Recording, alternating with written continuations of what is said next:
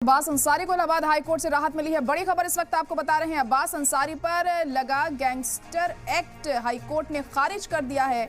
High court ने police सरकार को फटकार भी लगाई है और कोर्ट ने बोला है कि जबरन ना लगाया करें गैंगस्टर एक्ट। दरअसल ये पूरा मामला 2022 के यूपी असेंबली चुनाव का है, जहां इंतखाबी तशहीर के दौरान अब्बास अंसारी ने अफसरान को धमकी दी थी। अब्बास ने सुहेलदेव भारतीय समाज पार्टी के टिकट पर चुनाव लड़ा था।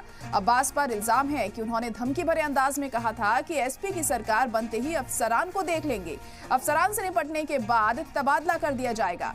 उन्होंने ये बयान मऊ में रैली के दौरान दिया था। अब्बास के मुतनाज़ा बयान का इलेक्शन कमीशन ने नोटिस लिया था, जिसके बाद इस पूरे मामले में गैंगस्टर एक्ट लगाया गया, लेकिन अब इससे हटा दिया गया है। और बड़ी अहम खबर इस वक्त सामने आ रही है कि अब्बास अंसारी को मिली है राहत। इलाहाबाद हाईकोर्ट ने गैंगस्टर एक्ट खारिज कर दिया है उन पर से और बड़ी राहत है ये अब्बास अंसारी के लिए। अब्बास अंसारी पर लगा गैंगस्टर एक्ट हाईकोर्ट ने खारिज कर दिया।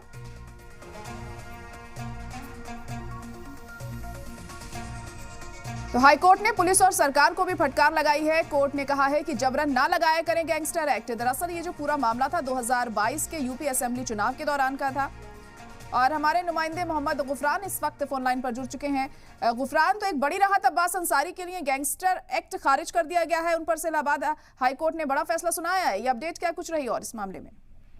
बिल्कुल, देखिए अब्बास अंसारी जो मौजूदा समय में मऊ सदर से विधायक हैं, माफिया मुख्तार के बेटे भी हैं। मौजूदा समय में वो कासगंज की जेल में बंद है। उनके खिलाफ चित्रकूट के करवी थाने में गैंगस्टर का एक मुकदमा जो है वो दर्ज हुआ था। इस मामले में इलाहाबाद हाईकोर्ट उनके साथ जो को एक्यूज यानी सह अभियुक्त शहबाज आलम था वो आया था। उसने पूरे जो गैंगस्टर चार्ट है उसको एक तरीके से चैलेंज किया था। उसकी तरफ से ये कहा गया था कि जो गैंग चार्ट है, जो गैंगस्टर लगाया गया है, वो नियमों की अनदेखी की गई है। जो डीएम और एसपी हैं उनने जो गैंग चार्ट तैयार किया उसमें जो नियम होते हैं गैंग चार्ट बनाने के उसका पालन नहीं किया और इस आधार पर गैंगस्टर की जो पूरी एफआईआर है उसको रद्द करने की जो मांग है वो की गई थी। हालांकि स्टेट यानी राज्य सरकार की तरफ से ये कहा गया था कि माफिया मुख्तार अंसारी का ये बेटा है विधायक अब्बास अंसारी और उसका एक अपना आपराधिक इतिहास है और उसका एक गैंग है।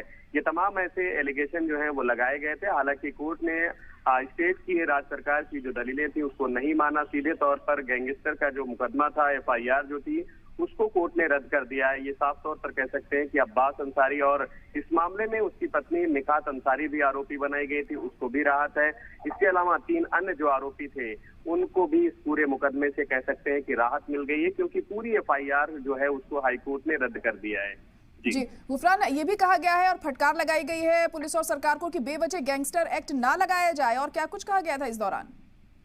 बिल्कुल, देखिए गैंगस्टर के जो मामले होते हैं उनमें आमतौर पर ये देखा जाता है कि पुलिस कुछ चिन्हित जो होते हैं ऐसे लोगों के खिलाफ जब कार्रवाई करने लगती है तो कह सकते हैं कि नियमों को ताक पर रख दिया जाता है, जल्दबाजी भी दिखाई जाती है। इस तरीके की जो टिप्पणी है वो कोर्ट ने कही है और कोर्ट ने कहा कि नियमानुसार जो भी गैंगस्टर के चार्ट की जो मंजूरी होती है अधिकारियों की, उसको लिए बगैर इस तरीके की कार्रवाइयां न की जाए।